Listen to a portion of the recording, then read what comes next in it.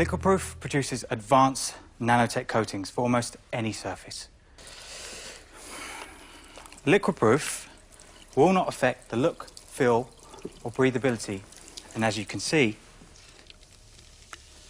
liquids simply bead up and roll off, even on this suede shoe. Together, we can make Liquidproof a household name. Thank you. That's brilliant. That bit still gets me. Straight after that, which was edited out, the stagehands ran on with big towels and patted me down, drying my feet off so I didn't get red wine stains over the wooden floor. So I was like, I've got a really good spray for that, you should... And then the dragons, they stood up, were clapping through a break, which really gave me that sort of positive vibe to carry on through my pitch. That got me through, and I was successful. I got investment from Tuka Solomon. But it wasn't always like that. This wasn't an overnight success. It didn't just fall into my palm of my hands. There was a lot of hard graft that went in before all this. So let me tell you a bit about me and how it got to me standing here on this lovely red circle carpet. So, I was a bit naughty at school. I didn't really listen to teachers that much. I was one of those kids cracking jokes and didn't really do much homework, but got half decent grades.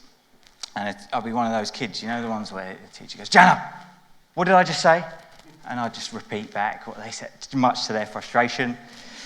So, carried on through education, went to study pharmaceutical science at university.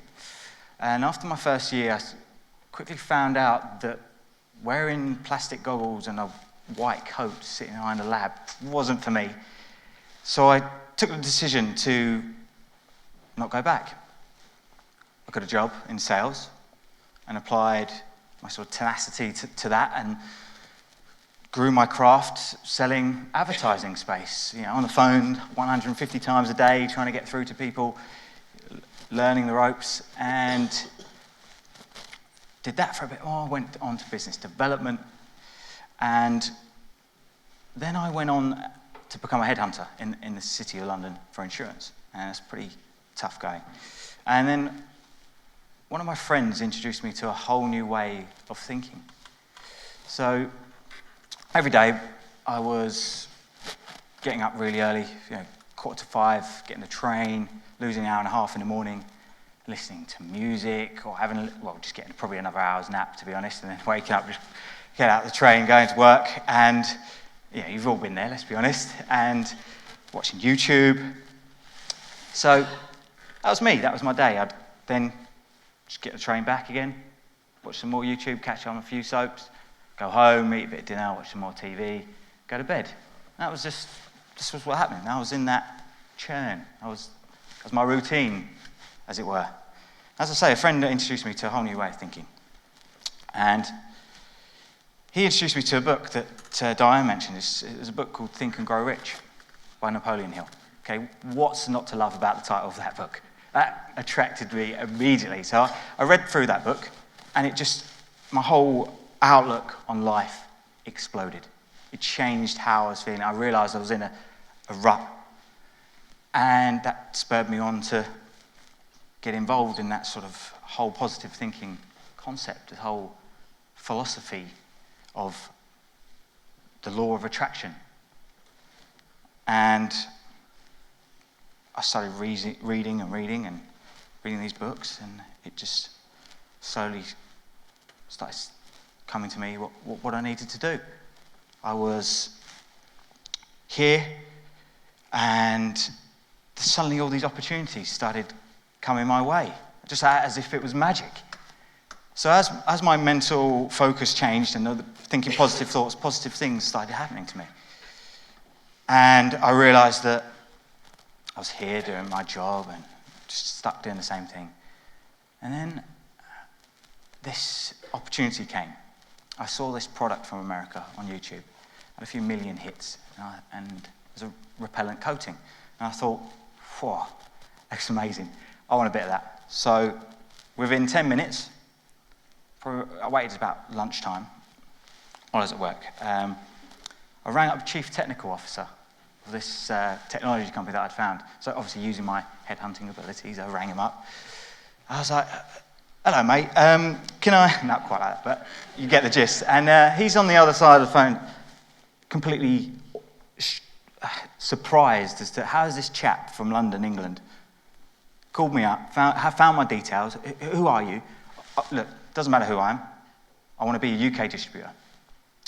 Let me buy loads of product, I'll sell it, I'll smash it. And there's me thinking, oh yeah, all fiery. And the chap said, look, I'm really sorry, but we don't even sell it in the US yet. That's just one of our promo videos. It's what we do. So I looked a bit deep into tech. So I took that. I was like, okay, fine. So I sat there, put down the phone. And there would have been a time where I thought, all right, that's it then. I'll just carry on doing what I'm doing. But no, I thought, right, there's something here.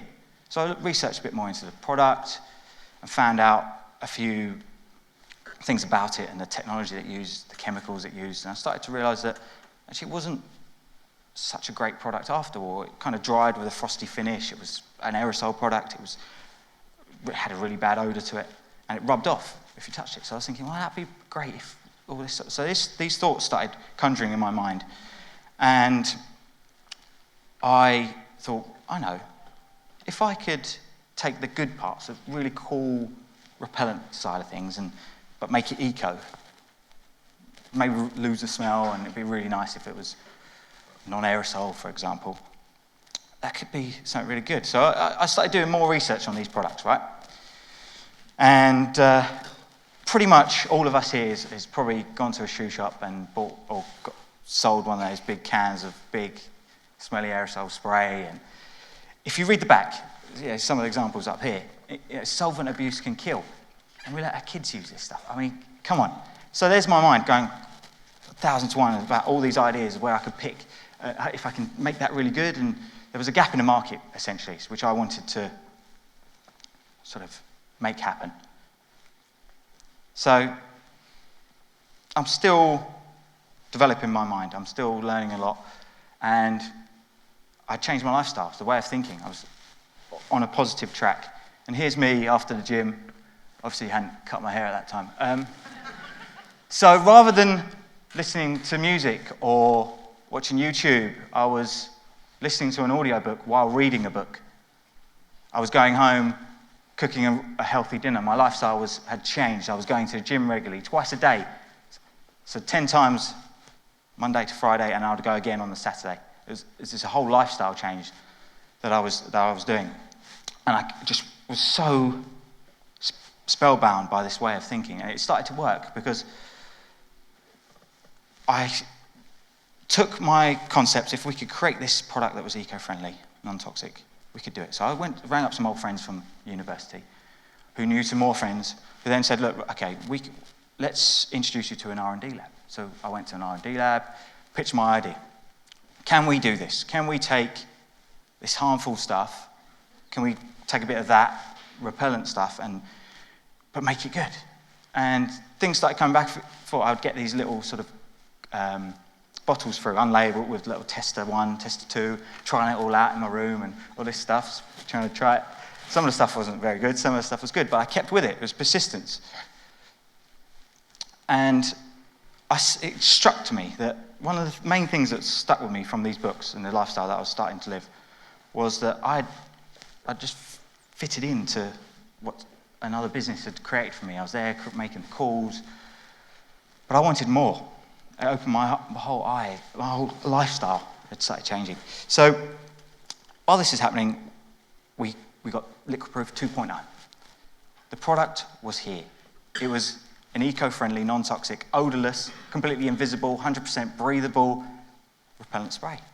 It ticked all the boxes. But then I was still involving myself with this lifestyle to get me to start it. I had this product. So we went back home, spoke to your family and friends, and they're like, you want to quit your job and do this? Are you mad? What are you thinking? It's not what people do. Don't quit your 9 to 5. I was like, no. So where I was at that time, I took the plunge. I did it. Stepped in, manned up. I faced the fear. Okay? So we launched in January 2014, so just only 2.5 years ago. And in the first year, we got recognised as the top 10 most innovative businesses of 2014. And I knew I had to graft, because at that time it was a start-up business. You don't make any money. There's bills to pay. So I'm there grafting away. And as I say, we got recognised for being top 10 most innovative businesses. We then became top 100 startups of 2015. And then the phone rang. So the guy on the other end of the phone said he was a researcher for the BBC, Dragon's Den. I was like, I thought it was a prank call. I thought it was one of my friends winding me up. And actually, well, you would, wouldn't you? You wouldn't think that the BBC would ring you up and say, do you want to come on to our show? So, and I loved the show. I'm sure we've all been there, watched Dragon's Den. So I was sitting there, I was thinking, right, okay, this is a big thing. So it turned out to be real. The guy was telling the truth. He was from the BBC. His email address was @BBC. So I knew something was real. So I was like, right, okay. So I really need to get my acting gear. I need to start pitching, writing a pitch, getting everything together. So as it led up to it, and just before this moment, okay, all this pressure, all these thoughts started going through my mind as if, look, this is your baby, this is your business, you're about to pitch it in front of 5 of these top entrepreneurs that are trying to invest in your business. They need to believe in you, the business, and oh yeah, it's going to be on TV in front of, on BBC too, in front of millions of people. So I started, getting quite anxious and fearful, and just sort of quivering, a bit like this. And so I needed to face the fear. And through what I'd been learning before, my personal development that I'd been picking up before starting Liquidproof, took me to a point to understand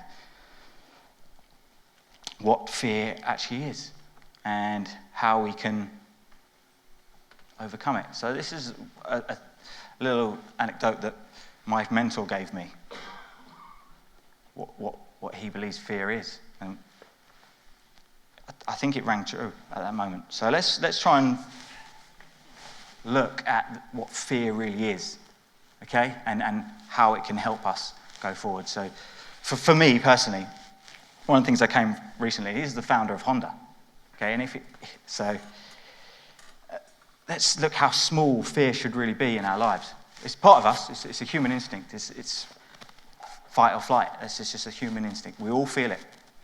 We should feel it. It's this really small part of us. And I just thought I'd summarize a few things here that without failure or mistakes, none of this stuff would really happen. Okay, and there's vast amounts more in that book there. I suggest you read it. So I'm here on Dragon's Den. I was about to step in front of this stage. And they sit you in this sort of, it's sort of like a hallway with the red light, and when it changes green, you go through. So I'm sat there, and I'm thinking all these thoughts, but I've got to overcome it. So for 20 minutes, I'm standing in this hall. So when the light goes green, you just walk in, press the button on the lift, and you're in. There's no second chances. Once you're in there, you're in there. And what I did was think of these things. I thought that, right, Jana, this is your time. Whatever happens out there, it's good, but it's going to be good, whatever way. So I psyching myself up. I stepped through, pressed the button, walked in. Okay, so I faced it, and I thought today I would pick probably a very important person today to summarize this. And his quote is brilliant. Okay, I just want you guys to take away from my talk today, take my experience, because I've been there. I've been sat where you guys are, looking back at people that I looked up to and admires. I just really hope that you take time to work harder on yourself than you do on your job. And let's just think about, can I give you that? Just think about faces of fear and being able to do things that not normal, ordinary people would do. Thank you.